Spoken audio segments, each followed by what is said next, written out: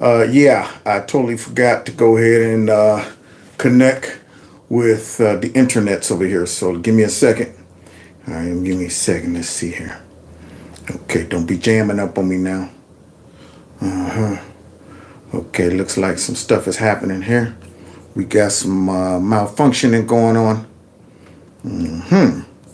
I see. Hold on. All right, now let's see. Go here. There we go. Look like we're almost back in business. We're gonna go here. All right. Then we're gonna go right there. Let's see if it works. Bam! Oh yeah. And then we're gonna go right up here. See, so I'm giving a computer lesson too. See, there you go. That's how you connect that. Then you go back to your real stuff, and then you go like this. Bam! Oh yeah. Now we ready for business, man. We ready for business. Cause killing is my business, and business is good. That's killing these narratives. That's what it is. So, if this is your first time joining my show, sorry for the technical difficulties and delay up front. Normally, I'm more professional and ready, but I got caught slipping. So, if this is your first time joining the show, excuse that and click that like button. Share my videos. Follow me on all the other social media platforms. Now, I'm assuming you guys can hear me. Am I right?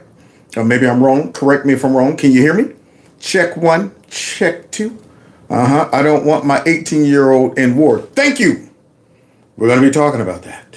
Don't want your 18-year-old in war. So I'm assuming y'all can hear me. Nashville's in the house. All right. Somebody say it's good. Then let's go ahead and get busy.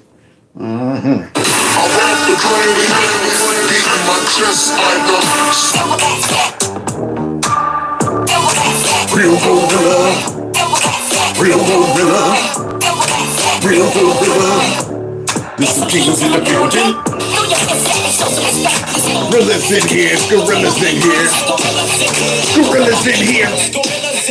Gorillas in here. Welcome, Silverback Gorilla Clan. There is some gorillas in here. And I tell you, I'm about to go buck wild on what's going on around here. Because it appears that some last minute shenanigans is taking place. But before we get to that, I want to welcome everyone to the show. Today is Monday. Also, don't forget, if you haven't yet, check out Kevin's Corner Store, where you can buy some merch. And also this number here on the screen, 330-974-4607 is the number you can text MAGA to, just in case they try to out me on this network or this platform here, that we can at least stay in touch, you know what I'm saying, somehow. And then if you want to support the channel other ways, you can do that through my Cash App and my PayPal. And I received a mailbox blessing today from someone who does support the channel. And I want to tell them thank you very, very much. I cannot tell you how much. Came through right on time. Right on time, too. May not come when you want him, but he's always right on time. Yeah. So I want to say thank you very much. You know who you are. If you ever give me the green light, I'll go ahead and mention who you are too. I just don't want to be throwing people's names out there. But nonetheless, somebody said no volume?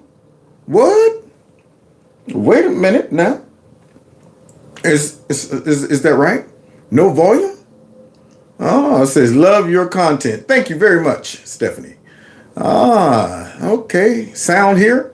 Oh, so everybody else can hear me? I hear. Okay, cool. It's trolling. Yeah, knowing that I gotta pay attention. I gotta pay attention because I don't want to be sitting there talking and ain't nobody, you know what I'm saying? So, whenever that happens, y'all let me know. It could just be somebody's device and they got to restart or whatever. Maybe they got their volume down. Who knows? I've done that before. I'm like, why isn't this thing working? I can't hear nothing. I didn't have the volume up. All right, so volume is great. With that being said, let's get busy now. Somebody in the chat already mentioned they don't want their son going to war. And apparently, creepy, sleepy, sleazy, slimy, sloppy Joe, on his way out, is trying to throw a monkey wrench in the whole plan. Speaking of creepy, sleepy, let's see what he's up to, guys. Let's see what he's up to. Check this out. Where is Wall Joe? Somebody see if they can find Wall Joe in this picture. It's bringing the latest pictures we have received of President Biden meeting President Xi of China. Now, the two leaders are meeting in Peru for the talks of the annual Asia-Pacific Economic Cooperation Summit that's taking place there. Now, you know Xi does not respect this man. He's sitting there like, why am I even wasting my time with this guy? He's done. He's blew out. He's a lame duck president, and he was a lame duck president from day one. He's been a lame duck the whole time he's been in office. That is why he doesn't respect him. You can tell. Right now, he's like, I'm just going through the formalities, shaking your hand, but you're nobody. The last scheduled meeting between... Look at him, ready to go. Yeah, I'm out of here. Yeah. And word on the street is he said, look, I'm looking forward to talking to Trump. This is our last meeting here. I'll be done with you. Thanks for the balloon, though. Thanks for letting us fly the balloon over for that $1.5 billion deal. So now this is Joe's last meeting with his buddy Chi, who made sure him and Hunter probably got broken off somehow. Now Chi knows he has to deal with the real boss that's about to be coming in. And just to go ahead and really drive it home about how much Joe is disrespected and how we as a country looks right now on a national stage. Let's see if you could find Wall Joe. The two leaders, lots of topics to talk about. Now, wait a minute. Here's all the world leaders. Oh, wait, there's Chi. There's Chi. Look at that. There's Chi right there. See him? Right in the middle. Right in the middle. You see him? Chi's in the middle. In the middle. Chi's in the middle. In the middle. Let's see if we can find Wall Joe, though. Okay, there's no one. No, he's not. Okay, wait a minute. What is that? Do you see this guy right here way over on the corner? Almost out of the picture. I'm surprised they didn't say, hey, Joe, you stand right over there. But they can't see me. Exactly. Just a little further. Make sure you're not in the scene. This is how far we have fallen from grace. From where Trump busts through that crowd, pushing everybody out the way, pops his jacket, looks at that lady like he has no idea who she is. Who are you? But now, this is where we're at. We went from the president of France making his way through about 35 other leaders just to get over there and go ahead and stand next to Trump to this guy right here. There we go. And now this guy on his way out, somebody done told him, how about we go ahead and stick it to Trump by maybe causing the U.S. to get into a quagmire, which is, unfortunately, their decision to allow Ukraine to start using long-range missiles right now. Now, I'm wondering, why now? I mean, you wait to, a couple months before you're out of here to potentially start World War III. So either you want a war going on when it's supposed to be transition time, or you want it to be a war when Trump comes in and then he has to deal with that fallout. But what Putin has said is this is an act of war if you let Ukraine start using these long-range missiles. Now, they knew that this would escalate. They know if they allow this, Putin's not going to be cool with this. So for some reason, they let Ukrainians get dusted for 2 years? 2 years now? Yeah, and then they wait till the last couple months to say, you know what? Let's go ahead and allow them to use some long-range missiles. Now, if I'm Ukraine, I'm pissed. I'm sitting there like, so wait a minute. Y'all giving us this mess after we done lost how many people? How many people? Okay, so is it really about trying to help us win this war, or is it about causing a conflict so when Trump come in, he got a headache to deal with? Now, what I'm hoping, even though Putin has responded and said this is going to be viewed as an act of war from the U.S., what I'm hoping is Putin also knows that this is a game being played by the Democrats and the outgoing administration and, of course, these war hawks. And if he could just, if they do allow this, if he could just, brave the storm for a couple months, he'll be dealing with the adults again. So I'm hoping he doesn't say, well, you know what? Y'all did this, so it's an act of war against us. So now we're going to go 100% hard on Ukraine to whereas it gets the attention of everybody. We'll just go in and wipe them all completely out. And then, of course, now we got to do something about this stuff. They just went in and wiped Ukraine. If Ukraine is smart, if the little midget tattoo. Yes, we need more money from the U.S.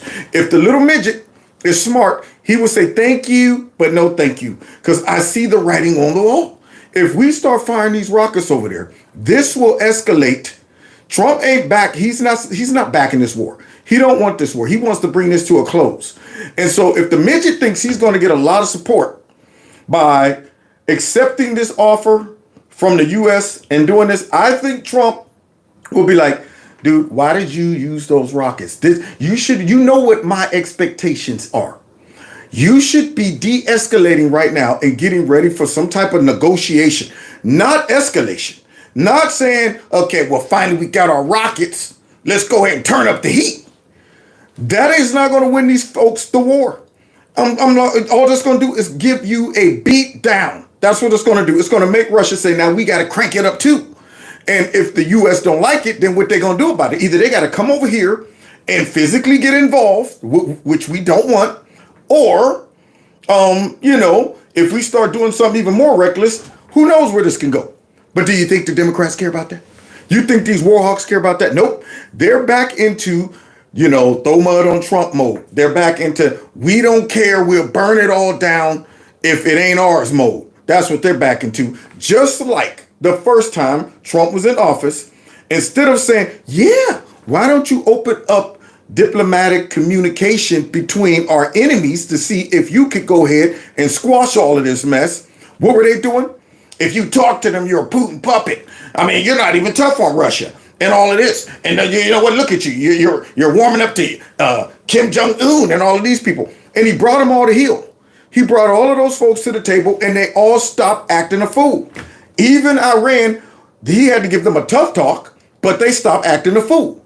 But if he would have listened to the Democrats, if he would have allowed his ego to get in the way as they're trying to encourage him and instigate him to overcommit to show strength, we would have been in a mess then. These folks didn't care if that would have resulted in a war with Iran. They didn't give a darn. You think they cared if we had went to war with Russia? Long as they could say, look at Trump. I told you he was going to take us into World War III. I told you guys. Y'all didn't believe me? He's ill-tempered. That's right. See, they want that kind of mess. But I'm hoping Vladimir sees the game and he doesn't take the bait. If he could just hang in there for a couple more months to get these fools out, then we can have some real negotiations. But we'll see. That's all I can say. With a dumb ideal on the way out, which it's not Joe's ideal. Somebody was like, you know what? Here's what we need to do on the way out. So anyway, now let's get to the real leader. Y'all ready for the real leader? Because the one we just saw was over in the corner like us. So can I get it? Am I in? What? I'm over. The U.S. is right here in the back, far to the very back, all the way to the corner. So let's go ahead and get to the real leader. What's this? Oh, shoot. Who is now making his way to the world famous octagon, flanked by UFC CEO Dana White, 45, soon to be 47, president-elect. You see? I see the Musk in the back. Tulsi Gabbard is there. Mike Johnson. Oh, shoot, Kid Rock. RFK. The sound in this room is so loud in here. It is so loud. So loud? It's always loud when he comes here, but now that he's won, now that he's the president again, oh my God. Man, I'm mad that I wasn't there. I ain't even know about the. Not to say I would have went up to New York, and not until they get that mess together up there, you know what I'm saying? But nonetheless, I'm mad. I love the UFC. And this had to be epic. That crowd is going bananas. That's how a real champ is supposed to be greeted. That's how a real leader loved by his country is supposed to be greeted. You know why they love him? Because they know he loves the country. And if you love the country, that means you love the people in the country. And these people see it. And they are going bananas up in that bad boy. So they saying, yo, man, it's been loud in the past. But man, it's even louder. Now, what massage is Trump sending with this entrance? Look at that. What's this? Oh, look at this.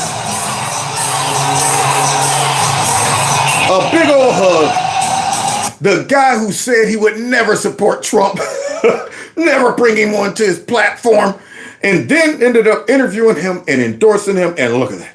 See how Trump is bringing people together?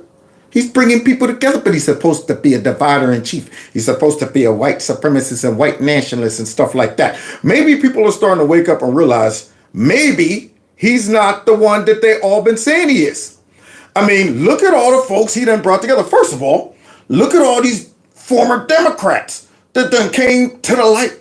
I mean, this guy right here, I don't know if he's a libertarian. I know he's probably liberal, but now he's endorsed Trump, RFK rather, Tulsi. I mean, good Elon, and even Trump. Trump was a Democrat. So it goes to show that these Democrats could have had great people on their squad if they had sense, if they weren't power hungry, if they didn't hate the country, if they weren't greedy, openly greedy and power hungry, if they weren't openly corrupt. They could have had folks on their squad. But instead, they revealed that they are nasty, stinking, corrupt Marxists to the point where they couldn't even tolerate a little bit of dissent, a little bit of common sense. They wanted everybody on their squad mindless and on board with this crazy radical agenda to the point where even folks who would have been great for their squad woke up. Start saying, whoa, wait a minute. All I did was say I wasn't cool with getting a you-know-what. And now, they done launched a full-blown attack on me. Yeah, thanks. Thanks for doing that. You drove Joe Rogan right over to the squad. Same thing with RFK and all the rest of them. Just don't know how to act. That's the problem with the Democrats. And we're going to see that throughout tonight's show, guys. That's what we're going to do. Because now they're trying to learn how to act. They're like, wait a minute. Now we see the writing on the wall. Look how welcomed he is. Look how famous he is. Look how popular he is. We're no longer the majority. Now that's a concern. It's a bad business model when you start seeing the market shares drop. When you say, wait a minute now, that would be like McDonald's. We're the number 1 fast food restaurant. Oh, wait a minute now. The Burger King surpassed us? Well, let's keep doing what we're doing. I'm sure it's working. You better go to the drawing board and say, wait a minute. We're no longer the big dogs. Folks are starting to say, let's gravitate towards another sandwich or something like that. So let's see what all of this fame and popularity and stuff in this movement is doing to the left. Look at that. Hugs for everybody. Listen to that. RFK in there. Tulsi. I'm loving it. Every single time I've stepped inside the house, Loving it. Making his way to watch the UFC, which he absolutely loves, and doing so with some sort of victory lap. Wow. Regaining the presidency earlier this month in emphatic. That's one of the moments I would have loved to be there for that. I would have stripped my throat yelling, sorry, USA, okay, sign language, USA. I would have stripped my throat screaming. Look at that. My man, bring it in. Had to give y'all the other angle, the up top angle. Bring it in, you crazy kid, you. Mad that it took you that long. Oh, boy. Oh, yeah. And I bet you all the news, all the Democrats are watching this like, oh, he just keeps getting more popular. Now they're not even embarrassed to yell USA. They're not even embarrassed to say they're Trump supporters. We can't even claim that, look at us, though, we're still in the majority, because the majority of people think that our policies, now they got to rethink their whole strategy. They're like, nobody, I thought they liked us. You mean tell me they don't like us like they used to? No, sure don't. And I want it to get to the point where nobody likes them. I'm talking absolutely nobody, except the folks in their party. Only the Democrats. That's the only folks. I'm Adam Schiff. I like myself. That's about it. Everybody else despises us. I want it to be that way. And all the things they do wrong, the one thing that I will not forgive them for. Uh-oh. Y'all remember? Homer Simpson head? He's a man of the past now. Y'all remember Tampon to the Tim? Oh, was out there wrecking the whole Kamala campaign, worst VP pick of all times outside of Kamala. She was leading the league at first, in horrible VP picks, and then she went in and said, I don't want that title. I'm gonna go ahead and pick somebody worse than me so that I don't have to live with the title of the worst VP pick ever. Instead, she jumped up to the worst presidential candidate ever. So there you go. She passed that one down to tampon and said, yeah, now I'm the worst presidential pick of all times. So here he is saying the thing that burns him up the most about us on the right and Donald Trump and J.D. Vance is what? Is they're trying to steal the joy from this country. The joy? Hold up. Wait a minute. Something ain't right. Well, look at that. Wait a minute. This looks like lots of joy.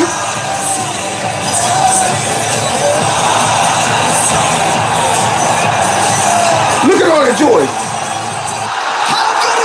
What's this? What's this? Oh, oh, oh. He did the Trump dance.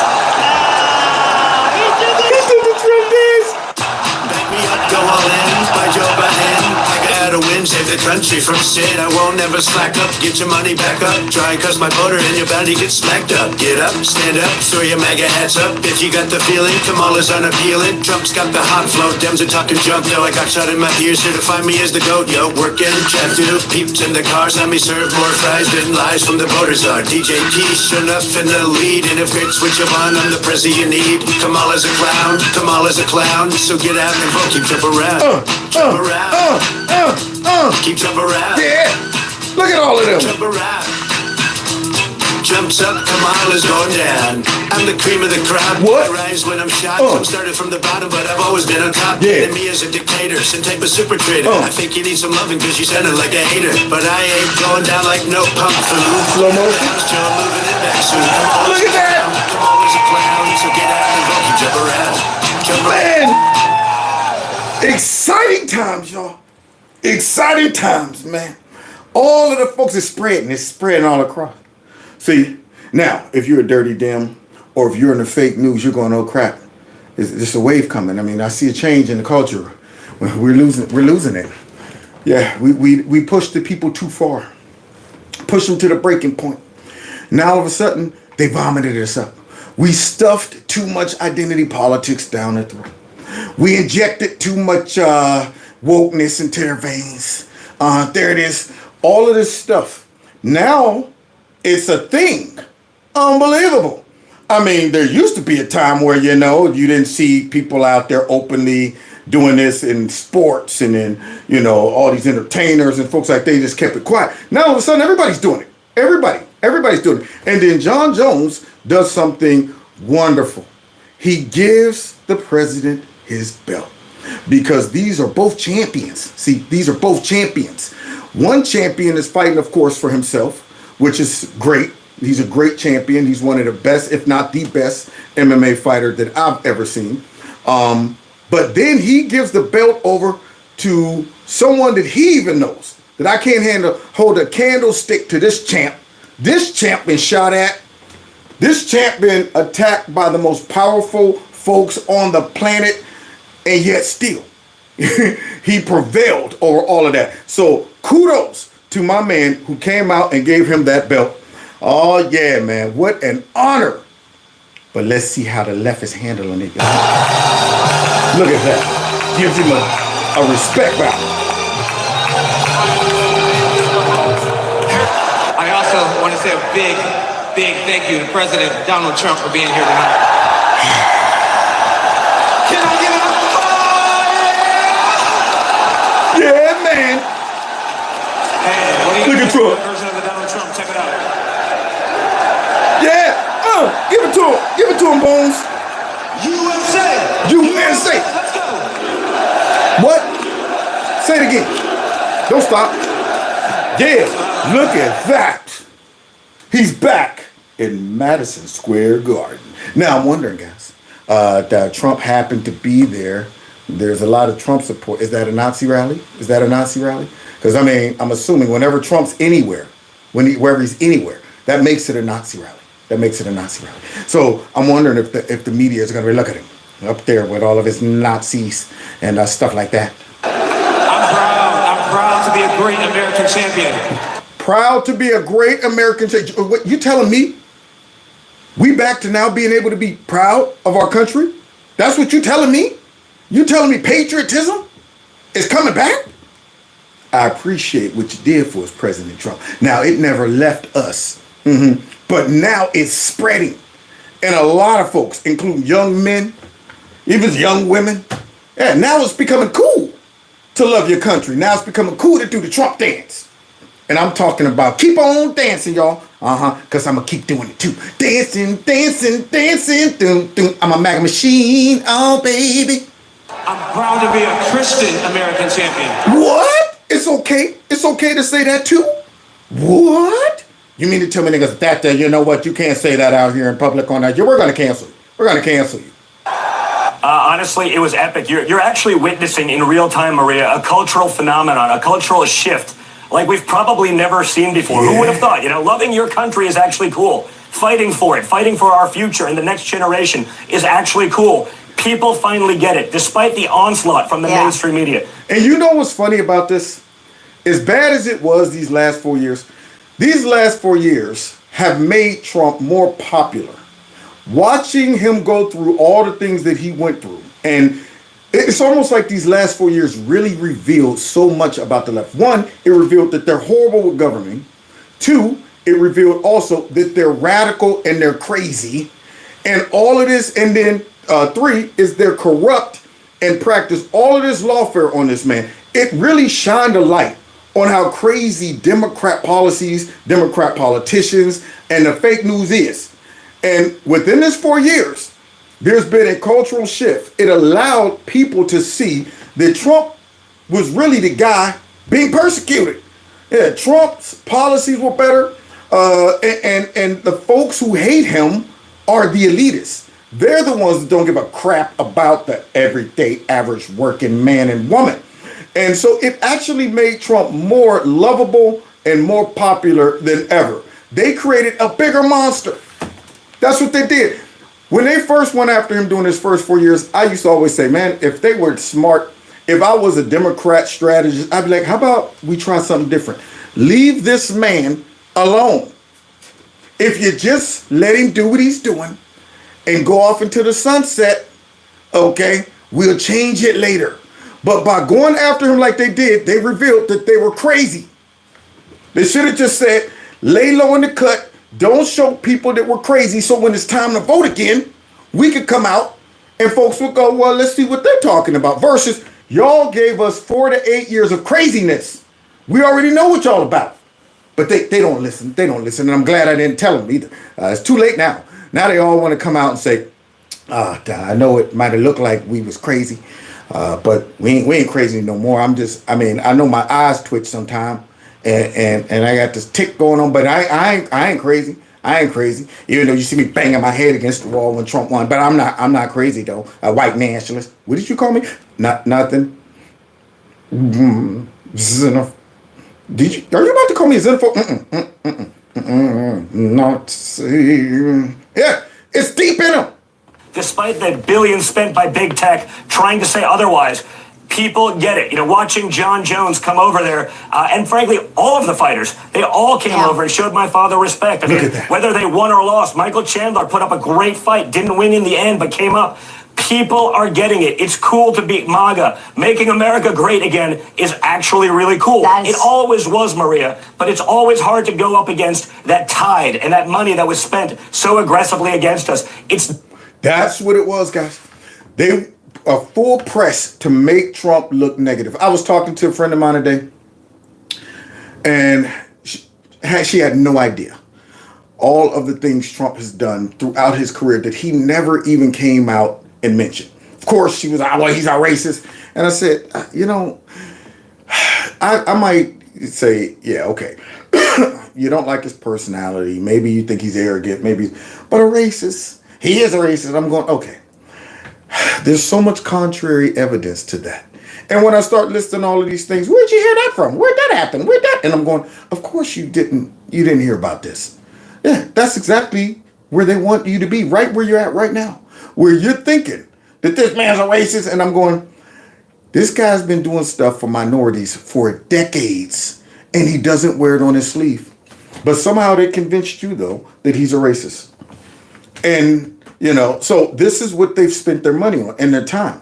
But now that that's no longer working, and now that their narratives have fallen apart and their ratings has become piss poor, and they're no longer in the majority, and it's showing in those ratings, and it's showing in the votes, yeah, man, they're sitting back repenting now. Now they're getting that foxhole religion. Yeah, you know that foxhole religion. You out there talking reckless before you actually go to war. I can't wait to get out there, meet Charlie on the battlefield. I'm gonna be out there like ba-dang, da-dang, pow, da-dang, dang, bang-dang, da-dang, dang. Shoot.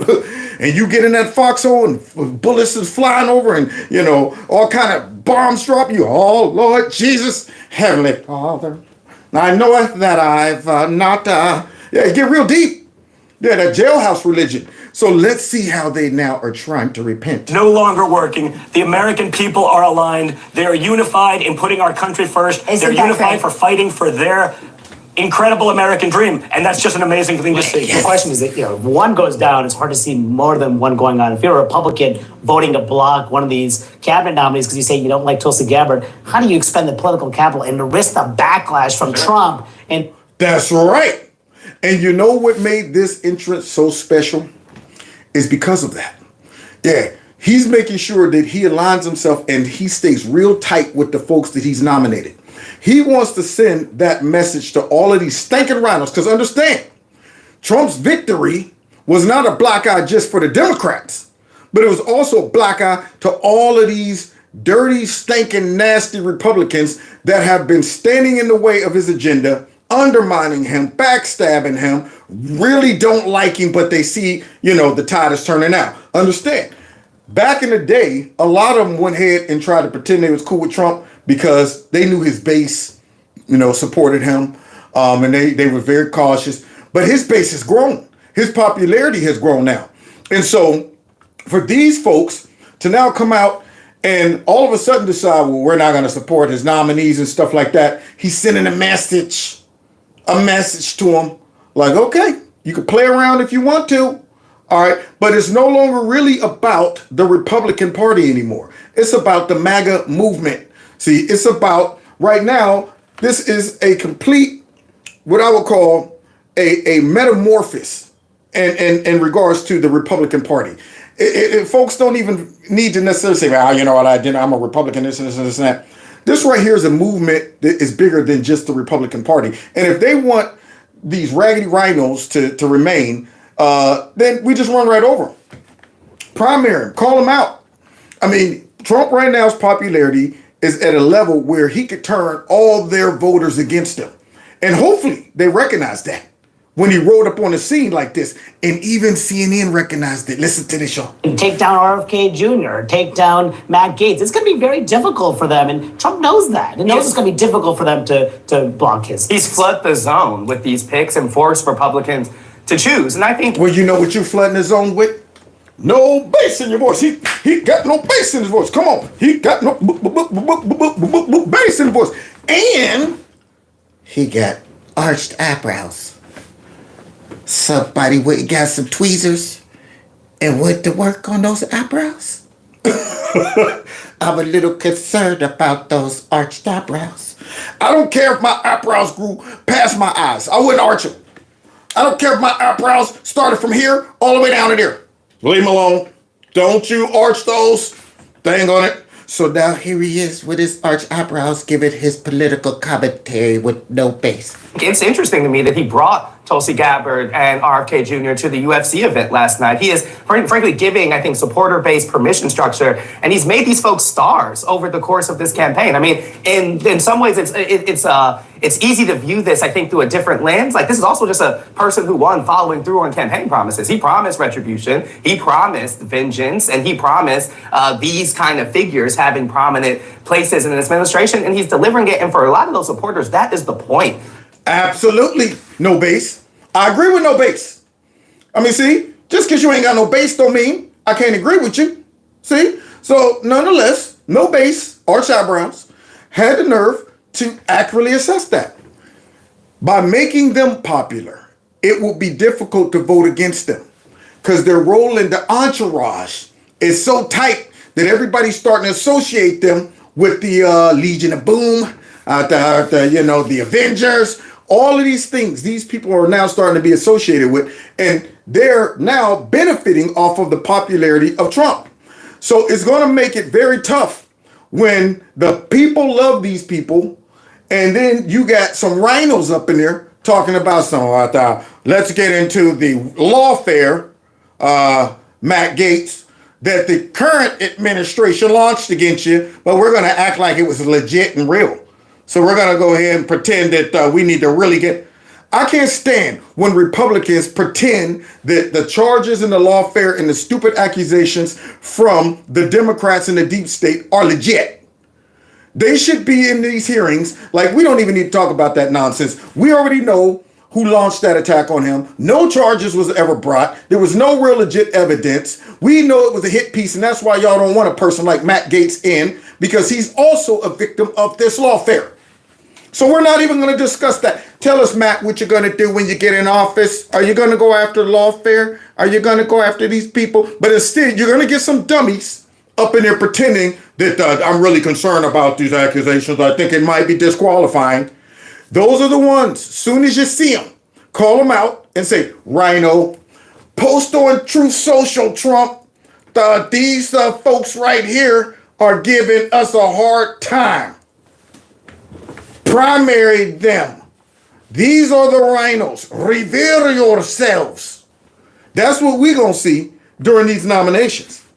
Of the Trump vote. And so I don't think that's the fullness of the electorate we saw on Tuesday. I think for a lot of people, they backed Trump probably as a rejection of the administration and weren't thinking of this as an endorsement of every single thing he's talked about. But for the hardcore base, the folks he listens to the most, they voted for Trump for the purposes of RFK Jr. riling the big pharma, right? And so what they're going to force those Republican senators to do is make a choice on those calls, and they will be doing so with the backing of the electorate. I don't think we can just say that they won't get through. I will believe it when I see it. Yeah. I'm glad you're up here sending that message out. So y'all hear no base arch eyebrows? He even sees it. So when folks just jump out there, I can't see that he's going to get. You don't think Trump considered the rhinos when he nominated Matt Gaetz? I mean, he's been one step ahead of like everybody thus far. And I would tread very lightly if I'm a rhino or a Republican when it comes down to this nomination. But we're going to find out at the end of my show tonight why they really, and I'm talking about Republicans, really don't want Matt Gaetz in. So let's hear this next guy, because he has a wonderful assessment too. Wait a minute. They're not saying that's Hitler in the ring? Well, what's going on here? See, why the change of tone? I can't believe they're up there actually saying something reasonable. Or could it be they're starting to see that, wait a minute, we're no longer, being supported by people with Trump derangement syndrome. We might have cured a lot of people with our raggedy assessment, our constant attacks and demonization, our phony polls, all of that stuff. We might have cured some people because nobody's watching us anymore. So now they're trying to act like they got some sense? What? I mean, and it really looks like ancient Rome here. This is sort of the... It don't look like 1939? It don't look like 1939? The Nazi meeting? Conquering Republican Caesar who's going into the Colosseum and everyone's cheering and he's got his political gladiators with him. That appearance isn't just about him enjoying the applause. He's sending a message to the Senate. For sure. Like, not only are you entertained, but these are my people and are you willing to fight? Because here's who I am. And I'm hoping they got the message. I'm hoping it's loud and clear. I don't want to see these raggedy behind folks talking about, well, yeah, I voted for, the mucus, and I voted for Mayor Garlick. Yeah, I voted for all of these folks, Rachel Levine, Richard Levine. I voted for all of these raggedy, unqualified folks for the Biden administration, but Matt Gaetz is a little too far. Tulsi Gabbard is not qualified. I don't want to hear that crap. Immediately, Rhino. But listen, y'all. We got somebody now who wants to be Trump's friend. As Trump's fascism is the lead story every day. His cozying up to dictators, his obsession with Hitler that has now come out, what he has said about our veterans, and what he wants to do with the military against his political adversaries. It's all huge news. This is the future that we're looking at in the next Trump term, if there is one. But this is what voters know right now. Be scared. That's what y'all got to be. We're just hoping and praying that our fear tactics, false evidence appearing real, will work and get us over the hump. If we can get past the Trump hump, then we can continue with our Marxist agenda, our globalist agenda, our crazy radical policies that we're pushing into society. If we could get past him, if we could trick enough people into thinking that Hitler is about to take office, then we're good. We no longer have to, necessarily come out here and prostitute ourselves that hard and, fake like we're outraged about Trump because he'll be a thing of the past and all of that stuff. We were hoping we could kind of, take a little break from being prostituted. But instead...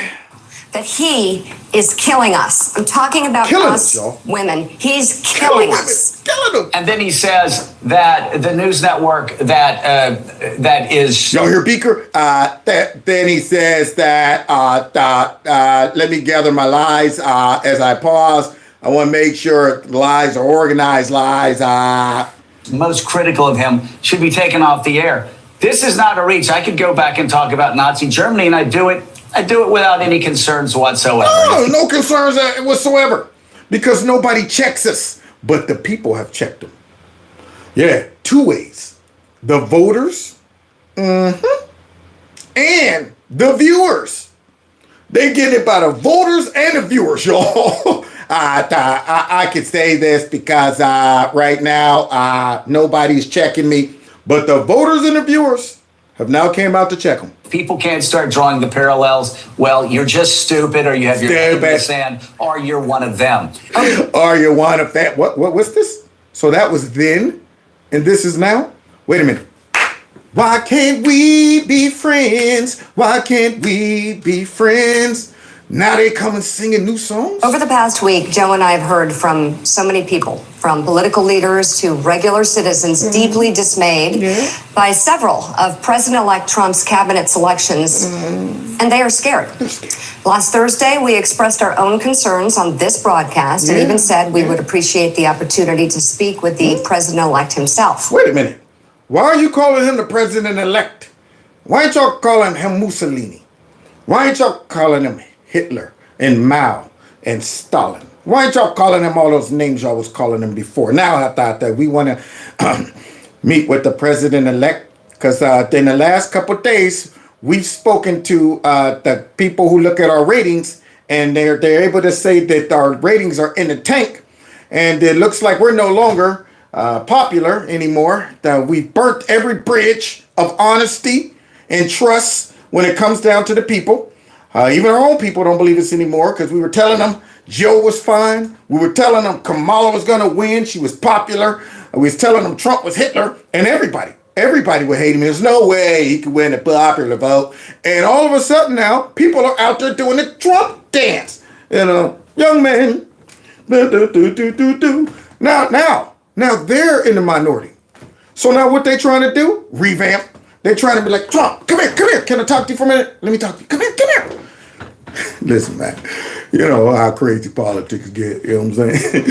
Woo, man, we was tripping a little bit. But listen, man, moving forward, you think maybe sometime we could sit down and then, I'm trying, you know what? We're going to be fair and balanced moving forward. So let's see what they're talking about here. On Friday, we were given the opportunity to do just that. Joe and I went to Mar-a-Lago to meet personally with President-elect Trump. It was the first time we have seen him in 7 years. What? Y'all went to meet with Hitler? Lawfare? Are you kidding me? How crazy and dangerous is that? Remember, Trump was going to take the media and throw them in prison and the gulags and stuff. Y'all risk your lives to go meet with Lawfare? This is crazy. Or could it be that you guys were lying the whole time? Using the worst type of lies you can possibly use to where now you got folks doing the craziest stuff and acting just out of the world. The one girl who killed her pops. killed her pops, lost the election, went crazy, grabbed the ice pick and went to work on the old man because he wouldn't turn off the lights. Then she broke out all the windows, came outside bloody talking about, I've liberated myself. This is what they drove these people to. There's people out there swearing up and down that Trump's about to go ahead and roll back all their rights and this and this and that. And they helped that. Now they're going to meet with the very evil dictator that they convinced all of their viewers existed. Wow, that's crazy.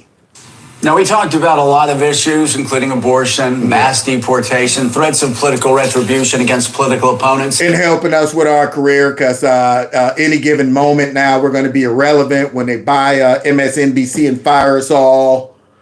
Can you imagine what would these two do if they burn down MSNBC? If they buy that and say, all right, now let's trash it, let's get rid of it. If these two get fired, you think they're going to be able to start a YouTube channel and be famous? You think they're going to be able to get on Twitter and ramp up a following? All of these folks on the left, their popularity, their fame, their salary comes through being propagandists. And outside of them, when you go to Twitter and you go to YouTube, folks aren't tolerating that mess. The only way that they even have a shot is through censorship, which of course YouTube do. I mean, I'm sure they will probably give them a little boost. But if YouTube would get their thumb off of conservative content providers, we would blow all these folks out the water, all of them. And so there's no way they'll become Don Lemon, if not worse. Especially these two Muppets, if not worse. And media outlets. We talked about that a good bit. And it's going to come as no surprise to anybody who watches this show, has watched it over the past year or over the past decade. We didn't see eye to eye on a lot of issues, and we told him so. What we did agree on was to restart communications. My father often spoke with world leaders with whom he and the United States profoundly disagreed. Well, look at these two. Boy, I tell you, come full circle. They realize it's no longer popular to be a propagandist. It's no longer popular. It shows by your ratings that just almost tanked. Isn't that awesome? I say, we're a change of heart. Isn't it? What we did agree on is that maybe if we can have access to Trump now that he's more popular than us, and it looks like the tides are turning, and we're going to try to go ahead and go with the current instead of against the current, because we see where it's going. The people have spoken through their votes and their views. So therefore now, somehow we're lowering the temperature. We now want to be fair and balanced. Now we want to go ahead and treat Trump fairly by opening up dialogue with Hitler. President-elect Trump, and having that type of communication, again, to save our career, that we see the writing on the wall. Now, I don't think it's going to save their career. Because, see, I think the whole network is going to go ahead and get sold, and hopefully whoever buys it burns it down. And we don't have to see these two Muppets on TV again. That's a task shared by reporters and commentators alike. We had not spoken to President Trump since y'all start calling him a white nationalist, xenophobe, homophobe, fascist. That's when y'all stop speaking to him? Yeah, when your network start paying y'all to come out and attack him because y'all were friends with him in the past.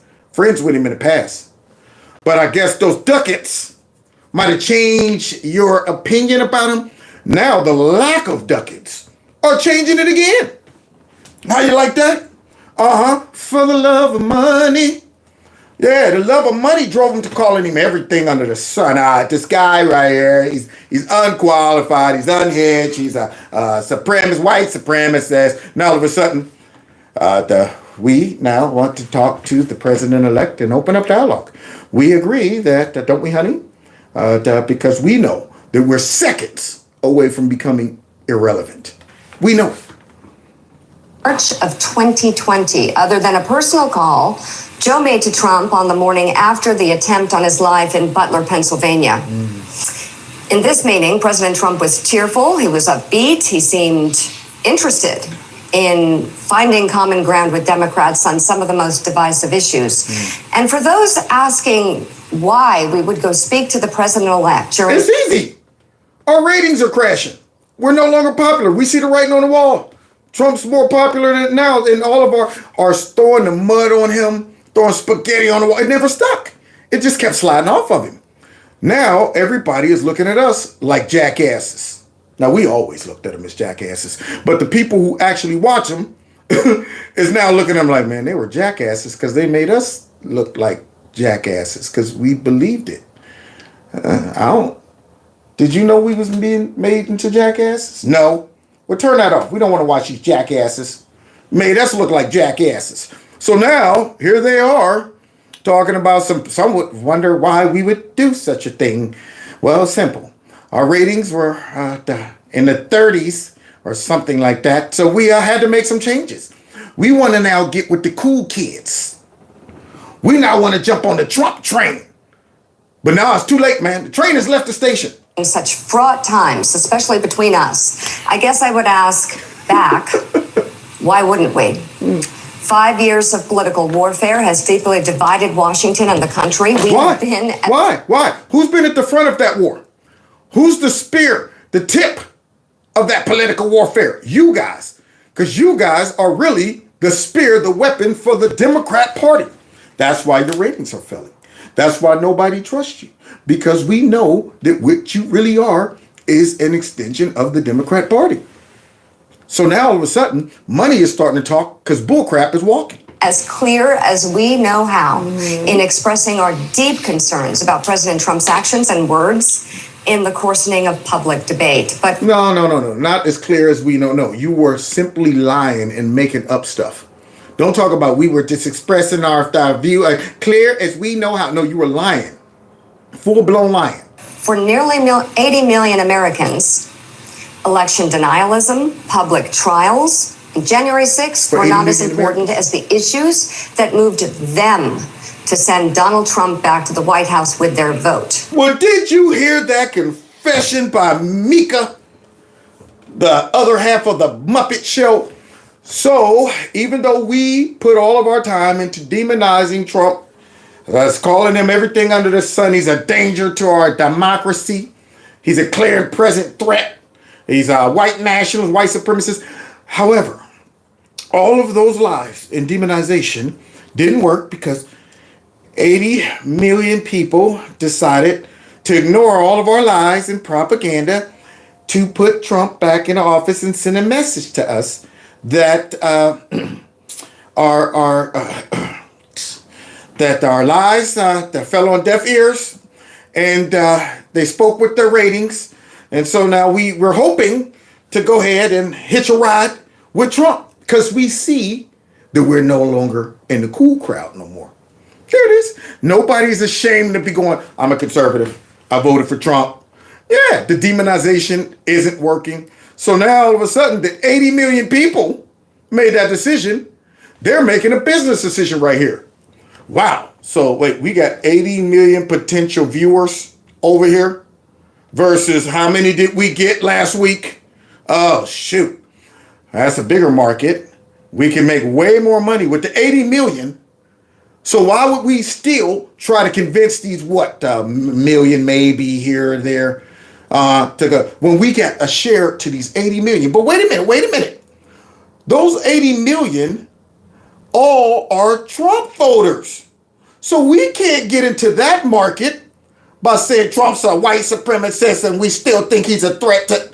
So now we got to change our tone, package and position ourselves to go ahead and be marketable towards that 80 million. See, because we're looking back at the small little share back there. And we're going, now we can't make no money with them.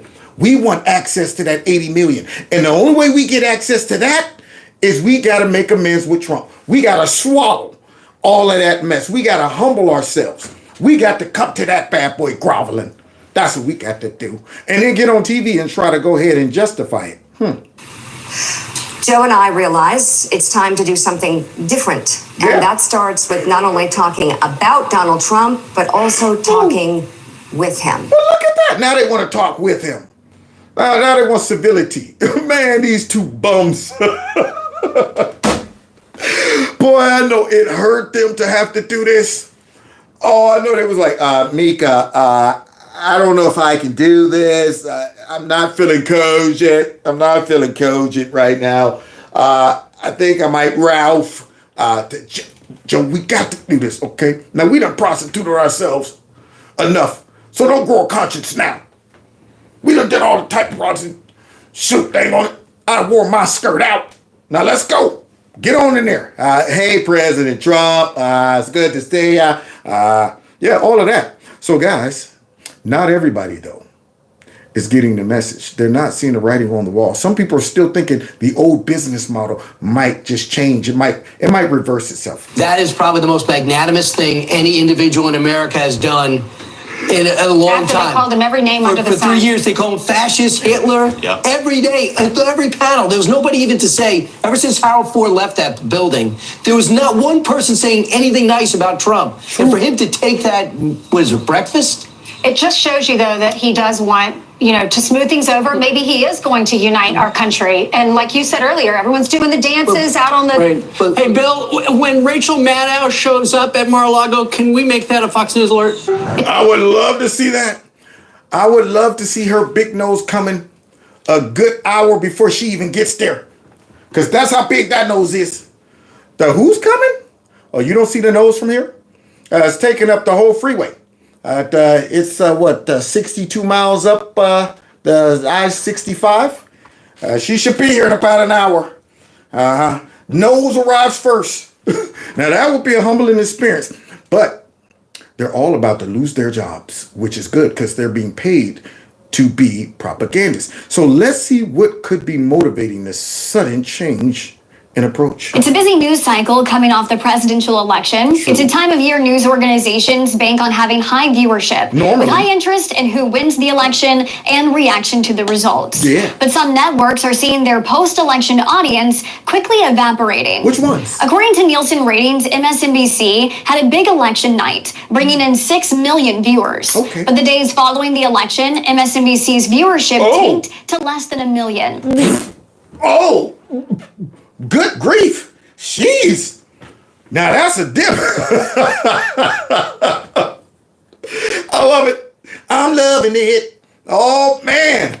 Wow. You go from 6 mil. Now, you know who was probably a part of that 6 mil? Us. Watching them like, look at Joy Reid. Look at Joy Reid. Let's go ahead and see what they're doing over there on MSNBC right about now. As they're calling North Carolina just went to... So now they're down to 808,000. Yeah, somebody's going to get the can for this. The network losing more than half of its audience compared to its average viewership in October leading up to the election. Ooh, so wait, in October, they were only at 1.6 million, and now they didn't cut that in half? Oh, yeah. I mean, if I'm an advertiser, I'm not advertising on that place. Now, I'm like, you know what? No, you know what? I think my SpaghettiOs would be better fit on maybe Fox or some other network. Nobody's buying SpaghettiOs who watches MSNBC. Uh-oh, SpaghettiOs. Friday also marked the network's lowest rated non-holiday night of the year. Oh. MSNBC recorded a similar loss in viewership following the 2016 election after Trump's last presidential election victory. But the network rebounded, going on to have its 4 most watched years in its history from 2017 to 2020. Because that was the height of Trump derangement syndrome. Yeah, that was the 4 years Trump was in office, and everything he did was, oh my God, can't you believe that Trump did that? You know what? I can't believe this. He's going to kill us all. He's going to kill us all. And all of that mess. So they were riding high. They were riding the wave of TDS up on that mug like da da da da da da da da da da da. But the wave always comes crashing down, y'all. As many news outlets were able to capitalize on Trump-heavy coverage with record revenue and subscribers. Following last week's election, CNN also hemorrhaged viewership. The network saw 5.1 million people tune in during their election coverage. In the days after the election, CNN's viewership also fell to 611,000. I'm sorry. Oh my goodness. That's like seeing a woman all made up, and then you see her without all of her prosthetics and makeup on, and you're like, you just dropped all. Wait a minute, so you ain't got no hair? It was just a full-blown wig? Oh, good grief. So those aren't your eyes? Not just the contacts, not the color. Those aren't even your eyes? Good grief. Gotta be kidding me. Whose eyes did you steal? You've deceived me. Nose off, everything. You going, jeez. And you just, woo. So now they went from 5.1 million down to 611,000. I wonder what they were saying. Okay, guys, let's all gather around. We have a meeting. It's obvious that we've had a piss poor week. And I'm just going to be blank. Some of you are not going to make it. Some of you are not going to make it. Anderson Pooper, how much are you making? I don't know. No, you know. 20 million. Say it louder. 20 million. Waste it. There we go. Pooper, get out of here.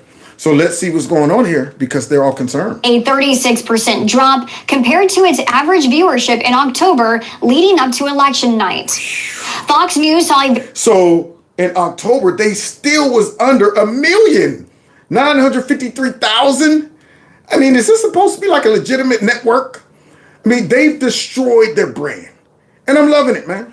That's what happened when you go woke. You straight go broke. Oh, man. This is a perfect example of going belly up because you decided to go woke. very different trend. While MSNBC and CNN were losing viewers, Fox News gained. On election night, the network saw over 10 million people tune in. Ooh. And yet they'll still be over there on those networks. Like the people who watch Fox News and stuff like that, they're being manipulated. There's a lot of dis and misinformation over there. Low IQ voters and viewers and stuff like that. They still will talk trash like that. They're not able to just be honest and be like, there's a reason why a lot of people watch Fox and alternative news more so than us.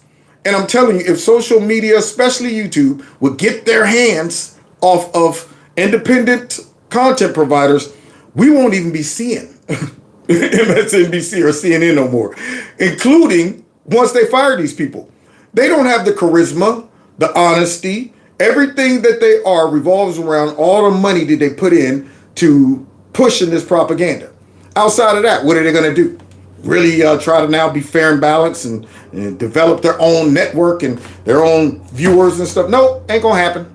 And in the days that followed, Fox's total viewership averaged over 4 million, up 34% from its October average. That's also a 58% jump compared to its 2024 year-to-date numbers. Now, some people have a problem with, Fox sometimes, but I will say, they're individual commentators. There's some on Fox that I like, where I'm going, okay, I like this person. Maria Bartimaeo, I like her. Jesse, gotta love Jesse. Greg, there's a Judge Janine. You got reasonable people over there. But when you go over to these joints, they platform crazy folks. Not only do they spit out crazy stuff, but they're not really crazy. They're just being prostituted. But then they bring crazier folks on and they sit there like, yes. Like, for example, somebody right now who just won't learn. Raggedy Patty. There's obviously a lot of soul searching right now going on within the Democratic Party, and that's a good thing. But what I worry about is that in the course of all that soul searching, some Democrats might reach the wrong sweeping conclusions. Wait a minute. Now, wait, we just got done talking about how woke made you go broke. So why is Raggedy Patty have that pride flag in the background? There's no U.S. flag? There's no American flag? We don't ever see that on there. We don't ever see that on this nasty network, do we? But I guess she's going to double down on the wokeness, y'all. And there are a lot of issues that fall into that bucket. But one in particular that stuck out to me is transgender rights. Another one of the lines that ran over and over again in those ads and throughout right-wing media. Yep. That one, the ad that rolled it. You see that? You see that gigantic person right there? That's suffering from giganticism? You see that right there? And here she is pushing this mess again. Just haven't learned. So I guess they're like, you know what? Maybe we could turn it around with more wokeness. Anybody want to take that assignment to go out and see if there's a little bit of sliver of market left for more wokeness? So now everybody's talking about, we lost this because we got too woke. the transgender issue and all of these things and boys and girls sports. But Raggedy doubles down. She's telling everybody, I'm a little concerned about these Democrats who are now saying, we really aren't woke ourselves. We thought this would be a cool thing to push, but we just took a beating from it. So we're going to go ahead and cut our ties with this community right here, because they're not really under attack. They're not really having their rights being rolled back. They want additional rights. But that's what they wanted the perception to be, that these people, they created that perception in these people's mind. That's why you got them out there going, what did you call me? How dare you? You know what? Oh, no, I won't sit here and listen. I won't sit here and listen to these are girls. That's why they're acting like this, because of people like Raggedy Patty. Maybe the Democrats didn't contact her and tell her, all right, lay off of that.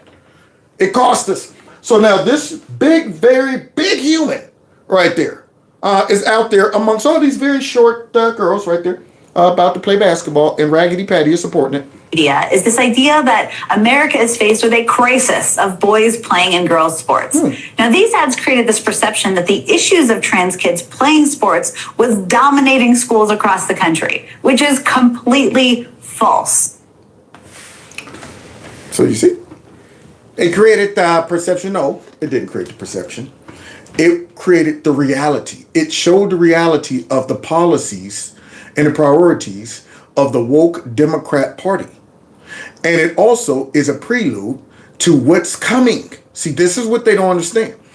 It's not about how many folks are out there doing that. It's about who's supporting this narrative and these policies and this agenda. When you get powerful people, politicians who have the ability to legislate some of this stuff into law, you're sitting back going, yeah, it might be a small group of people now, but y'all trying to make it a big group. Not organically, but y'all are actively pushing it. Y'all highlighted, y'all put these folks in more of a spotlight than they put themselves in. You know, folks wasn't caring about what these people were doing until we start seeing politicians talk about why is it a problem that's showing up in schools talking about the transgender on the bus goes round and round. Why is it a problem that they can't have these books here with their... When we start seeing politicians do this, when we start seeing them up on the Capitol talking about some, well, we don't know what a woman is and we don't know. And you know what? I think it's transphobic for you to question whether person that, and I'm going, we all know what a man and a woman is. So if you guys are pushing this, that means you're willing to steamroll over all of us. Y'all want to take the flicker and blow on it to becomes a forest fire. See, that's the problem. They were blowing on the flicker, trying to turn it into a forest fire. It wasn't enough of them for these people. Like Richard, who every time he got on TV, as they talk about RFK is a crazy, he's a quack. But every time this dude got on TV, he's talking about the kids. We need to go ahead and confirm gender affirming care for the kids. Got the kids, we're not transgender, again, lesbian community. And I'm going, why are you so interested in that, man? Why are you pushing that, man? Why is your whole party pushing this, man? So don't try to get on here talking about something. Well, it's not that many people, it's just a few. Go ahead and ignore a few roaches in your house and see what happens. It's just a few roaches, and I'm not calling these people roaches. Let's get that straight. It's an example of ignoring small problems, thinking that it'll just stay small. It will eventually become big. And the problems that we have with the transgender community is not the transgender community as a whole. What it is when they go after kids and when they push this into legislation. When they try to say, let's invade women's bathrooms, women's sports, schools. Other than that, nobody care what these folks are doing. But now you got them running around thinking that the rights are being rolled back and they're under attack. All because of stuff like this. Some people got pulled into that argument. I mean, immediately after the election, Congressman Seth Moulton told the New York Times that, quote, Democrats spend way too much time trying not to offend anyone rather than being brutally honest about the challenges many Americans face. I have 2 little girls. I don't want them getting run over on a playing field by a male or formerly male athlete. But as a Democrat, I'm supposed to be afraid to say that. Look. Well, I mean, look, it ain't a problem until it's a problem for you. See, that's the thing she's not realizing. See, this is the crap they try to play games with. Well, there's not that many illegal immigrants committing crimes, which that was a lie. There are a lot of them. But nonetheless, What about the Americans that are victims of those crimes? You think they justify it like that? You think they rationalize it like that when somebody's on top of them about to drive a knife or something to them, and you sit back, well, there's not that many of them that normally do this, so I shouldn't really complain about this. I really shouldn't complain.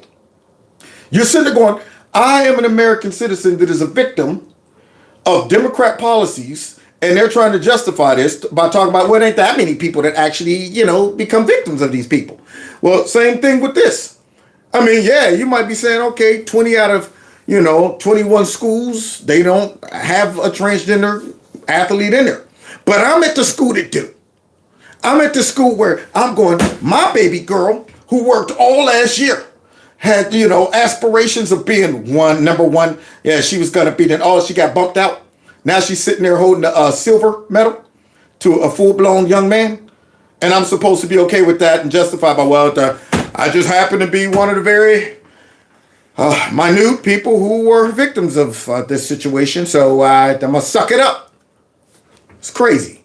Reflection is good. But if that were actually an issue at thousands of schools across the country, it would be worthy of a debate. Wow. But there are just incredibly few examples of transgender girls playing in youth sports. So didn't get the memo.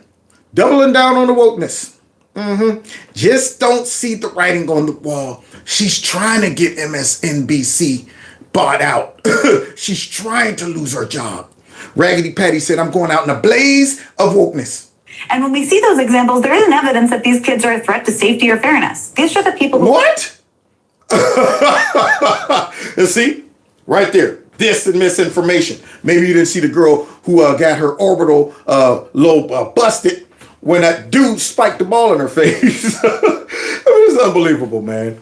So, and then, of course, the outrage. The outrage now, guys. Because Trump done picked these people in his cabinet, and everybody, it's going to come to an end. Let's go ahead and see if we can continue the level of outrage right here. Now, you can only operate at that level of outrage so long before you burn through all your lactic acid of outrage. Yeah, there you go. Yeah, these folks that they have been trying to keep them at that level of, oh my God, the world's coming to an end. They should start cramping up right now. That's how much outrage. They're operating at a level of outrage and insanity. So I'm going, you can't prolong this, man. You're going to explode. You're going to go crazy. You know that, right? Yeah. So here she is. She didn't even give him time. Didn't even give him time, to kind of come down a little bit after the election. Wait a little bit before you start going back up. Now she's like, all right, come on, back on the line. All right, we're running again. All right, they're ready to go. So she's coming out now, going crazy again over this. We'll be advising the president on every crisis that crosses his desk and representing the United States, for some of them, overseas. And they're the people who have an impact also on your daily lives. Great. See, these choices are, on the one hand, cartoonishly outrageous. They are. But when that dust settles, it's not really just about the scandals and the personal lives of these nominees, and there are many. And there are many. None on the Democrat side, though. Absolutely none. You mean manufactured scandals that you guys have been a part of?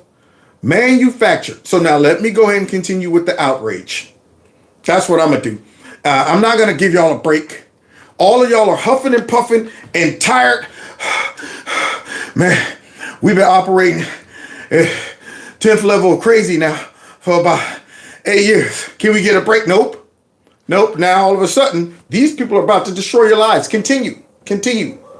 It's about what their positions and their lack of experience could do to our health system, our national security, and the rights we have in this country. All of that. So let's start with RFK Jr., shall we? What about it? Did RFK Jr. produce some of these strangest headlines in the history of presidential campaigns? No, y'all did. He didn't produce them. Y'all did. Y'all took his words out of context. Y'all added your own context to it. Swarping down this man was an anti-vaxxer, and he's not. All of these things, y'all create the outrage. He sure did. Does RFK Jr. have a strange, is one way of describing it, penchant for carrying dead animals in his car? He sure does. But RFK Jr. is also one of the most dangerous purveyors of inaccurate information about vaccines that our country has ever seen. Not you guys, though. Not you guys with Rachel Madcow on there talking about, it's that simple. If you take the vaccine, you can't spread the virus and you can't get it anymore. You guys aren't. Hey, you guys are not the purveyors of spreading some of the dis and misinformation that the CDC, that he would now be over, was spreading. You see how fake they are? She's not learning. She's not seeing that RFK right now is more popular than Raggedy Patty. She's not seeing that. More people are going, we want to see this guy come in there and bust things up. Then we want to see your redhead peppermint patty looking butt out here in that nasty, ugly, off-green. I don't even know what the color of that is. It's that, what is that, greenish, light green. I don't know what that color, horrible with colors like that. Off-green? What is that? What's that one? I on my color spectrum. Yeah, with that ugly thing on. And here she is out here talking about the RFK and it's, The HHS secretary oversees the CDC, the NIH, and the FDA. So basically, in human terms, our vaccines, our medicine, and our food. Well, good, because it's out of control. His nomination and confirmation would mean that the guy who... Some people say teal, some people say aqua green. Yeah, I can see both of those. Man, now that you say it, I'm like, yeah, that is, I guess that's teal and the aqua green. But anyway, what else you got to say? Who's the next one? Founded one of the nation's most prominent anti-vaccine groups, would be in charge of the agency that makes recommendations on vaccines. Still can't let go of the propaganda, the lies, the exaggerations. So now she's trying to paint him as an anti-vaxxer and all of this stuff. We don't want to be forced to take something and called super spreaders. We don't want to be forced into our cribs like the past administration did. We don't want our kids sitting at the crib with a mask on at the house trying to do their schoolwork. We don't want that. Yeah, but it's RFK. He's the one that's spreading all this dis and misinformation. The guy who said he would stop research into infectious diseases would be in charge of the agency that studies infectious diseases. You mean the infectious disease that we paid for, gain of function, that led to the whole virus that everybody was talking about to take the shot? You mean like that? Playing around with infectious disease and all of a sudden it just happened to escape a lab somewhere. You dummy.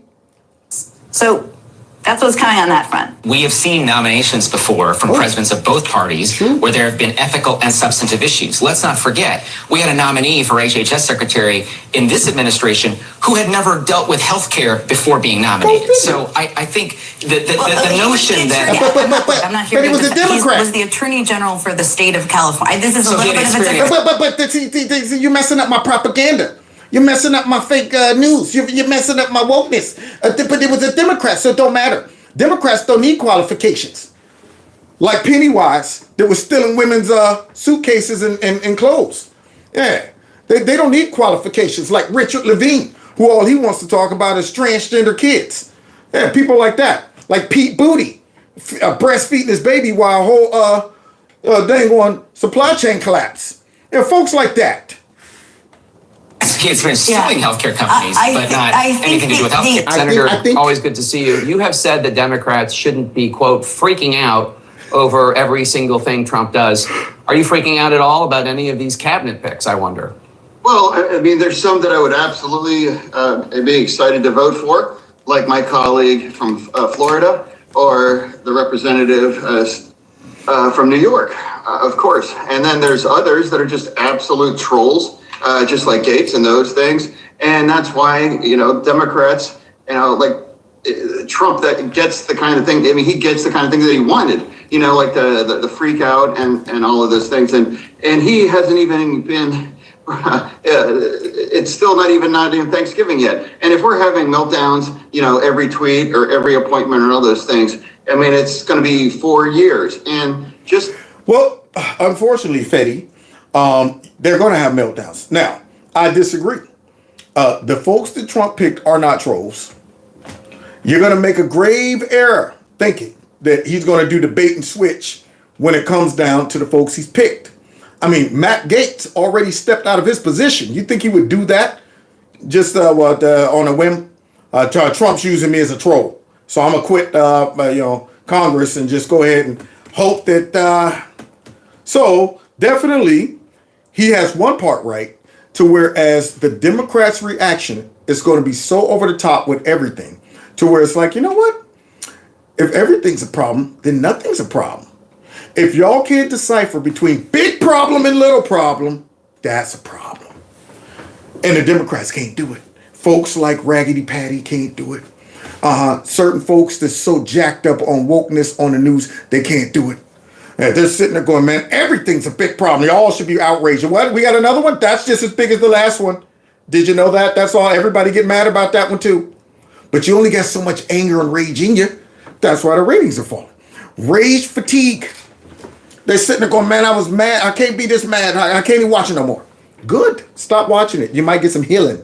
The last time I was on your network, I was warning about the jackpot, and I use that metaphor. The jackpot, what's the jackpot? 777. And if Trump wins, then it's likely that's going to happen. He's going to get the House. You know, we're going to have the Senate and the presidency, and the real jackpot is the Supreme Court. Yeah. And that's been very clear that that's a strong conservative slant. So they can run the table right now. We gonna run it too. Run that sucker. 777-9311. Wanna spend the night with you if that's all right. Baby, what's your phone number? Oh, yeah. You right about that, Fetty. And we gonna run that table. Think we gonna have some mercy? Nah, smack them cards down like, Ace, come on. Give them to me. Okay. King, come on, bring them out. Queen, there you go. Keep them coming. Jack, 10, 9, and go right down the table. While they just sitting there throwing cards. They're like, man, see, one of Boston on them. Let's continue. For the next 2 years. No, those are the things, if you really want to be concerned about that they have the absolute ability to run the table, at least for the next 2 years. And that's what I think we should all be concerned on, not small tweets or, random kinds of appointments. The reason you're asking too much from the Democrat Party. Sorry, Fetty, you're asking too much.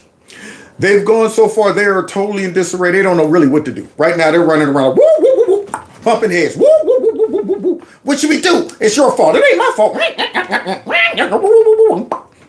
Yeah, that's what they're doing. They're running around like the Three Stooges.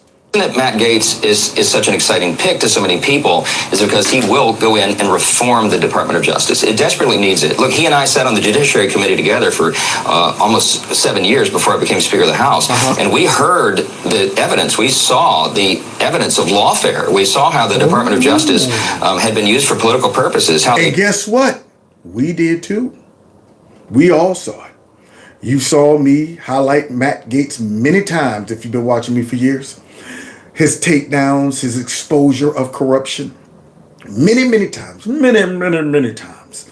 And now, that is why all of us who watched that lawfare and watch how Matt Gaetz not only responded to it, but was a victim of it, we all want Matty in that office. Yeah, we want somebody to go in there like, I don't want nobody going in there. I don't want nobody going in. I want a pit bull going in that bad boy. So, go ahead, continue, Mike, telling us why Matt would be a great pick. They targeted Catholics in some examples, and parents at school boards, and pro-life Americans. This is not what our system of justice was built to do, and Matt Gaetz will go in there and shake it up. And you gotta understand, guys, the people who did all of this was voted for by many Republicans in the Senate. The folks who turned and weaponized the justice system against Trump and Matt, many of these rhinos voted for them. How can you vote for Mayor Garlick? How can you vote for Mucus? You voted for these folks. And yet you got to tell me, you got the nerve to tell me that you're concerned about Matt Gaetz. Concerned about him. It's crazy to me. That's why they all need to be exposed. I think most of the American people understand that's an important function. Would you take steps to put things into recess so those appointments could happen? Listen, I believe in the principle of a new president being able to choose his team, and that used to not be a controversial notion. We're in a time of very divided government and a very partisan atmosphere in Washington. I wish it were not. I wish the Senate would simply do its job of advice and consent and allow the president to put the persons in his cabinet of his choosing. But if this thing bogs down, it would be a great detriment to the country, to the American people. Remember, they just delivered a mandate to the president, an overwhelming popular vote victory and of course, electoral college victory. And they have sent the message that America First policies should be the rule of the day. So the persons that the president is choosing will help with that agenda. They will take their leadership in these agencies and they will reform them as the people expect and demand. So, well. I hope the Senate gets that message. I hope they were watching that entrance to that UFC event. I hope they were watching that. I hope they're watching all these people out here going, young man, I say, young man. I hope they're watching that. I really do. So we'll see. But see, this is why they want Matt gone. And I'm not talking. See, right now, we already know. Whoever Trump nominates, the Democrats are going to say, boo. It don't matter. Yeah. However, why would the Republicans not want Matt Gaetz nominated? Why would folks in the Senate be talking about some? Nah, you know why? Because Matt Gaetz calls balls and strikes on both sides. Watch this, guys, as we close. This is why folks in the Senate, I don't know about this Matt Gaetz guy. I already know what he's a little extreme. I like it. Look what he did. We'll evaluate all that at the appropriate time, and we'll make the appropriate decision. There may be a function for that, and we'll have to see how it plays out. Congressman Gaetz offered to take us on a tour. So one of the committees where people have a lot of information is the Appropriations Committee. Because they can view almost any vector of government funding. And so, this is Mr. Rutherford's office. What? Well, Matt went right to this man's office. Rutherford, huh? Republican from Florida? Oh, okay. Well, what's his MO, Matt? On the Ethics Committee and the Appropriations. Ethics Committee, House Appropriations Committee, and on the Rutherford's Committee to enrich himself. Committee, 152 stock trades. Well, look at that. That's why they don't want Matt Gaetz getting in. He ain't going to Democrat offices. This man went straight to the Republican office like, he's in there. He's in there. That guy right there, stock trades. Look at how much money he's making. Yeah. And when I become the DA, I'm smashing all of this mess. Republican and Democrats. Go ahead, let's continue. Let's see who else made the list. Stocks go through the roof. And, actually bought Raytheon stock the day that Russia invaded Ukraine. Well, go figure. The day that Russia invades Ukraine, he buys Raytheon stock and boom! No wonder they want to keep this war going. Isn't that interesting? Oh, Matt, you got enemies on both sides. See, really, you don't have enemies on both sides. You got corrupt folks, whether they're Democrat or Republican. They're just corrupt, and then you got non-corrupt folks. See? So I don't even count the corrupt folks on the Republican side as both sides. Yeah. Those raggedy Democrats and those raggedy Republicans are one side. They're the uniparty. Wait, Matt, he ain't done exposing them. You think he's going to go to like Nancy Pelosi's office, right? You would think he would go to, just Chuck Schumer's office. But instead, what does he do? Yeah, that's a big one. Yeah, I mean, imagine if every American could make money off of war. Yeah. I mean, I want some of that, that trader, that inside trading stock too. I like that. I want to know what Nancy Pelosi knows. That's what I want to know. Her and Paul got a wonderful record of just hitting it on the head every time when it come down to stock. Wait a minute, Paul. I'm feeling something in my nasty spirit.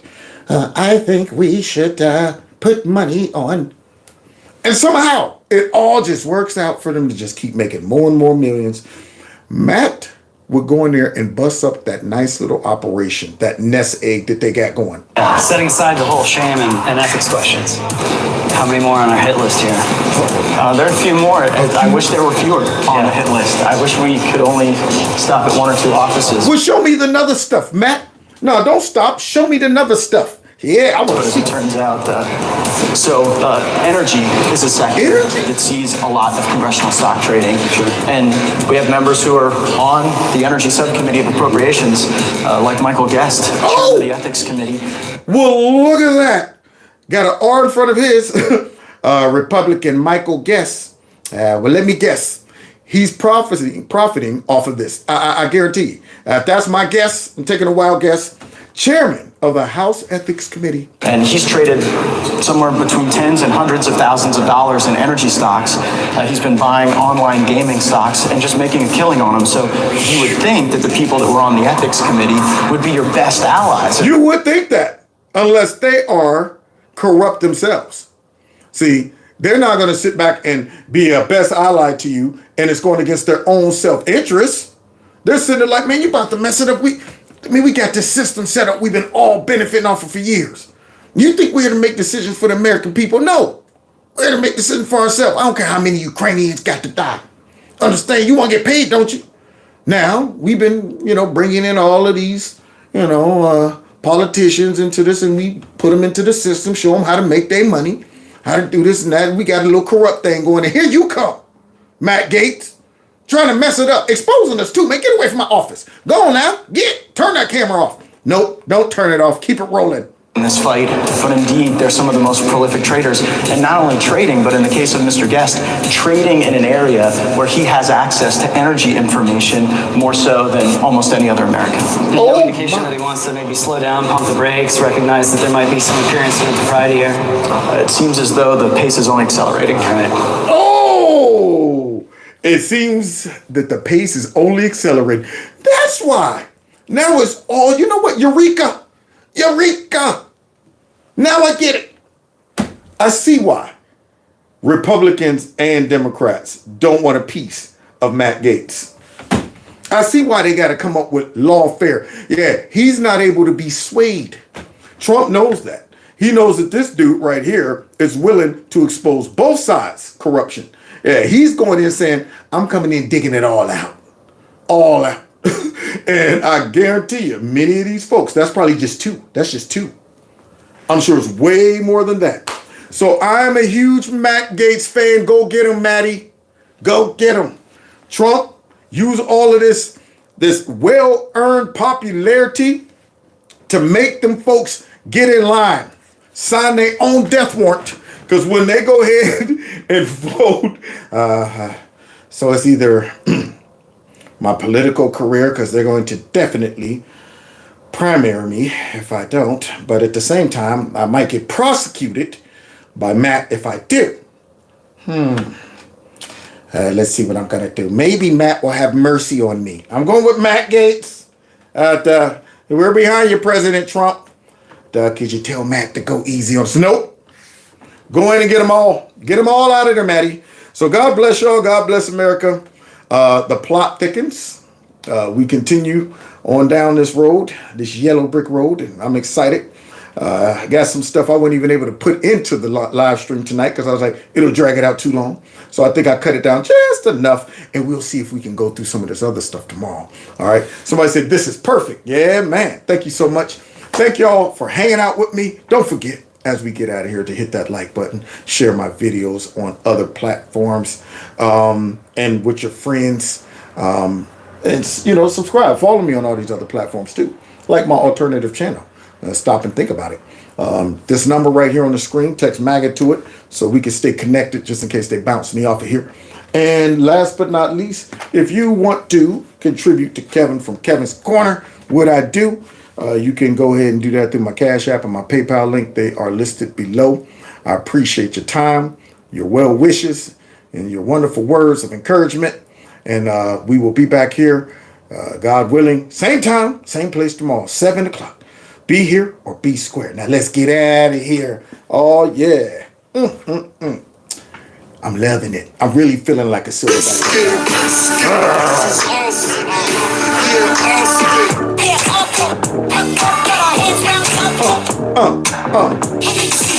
I know you see the way to tear up the place. Yeah. Take care.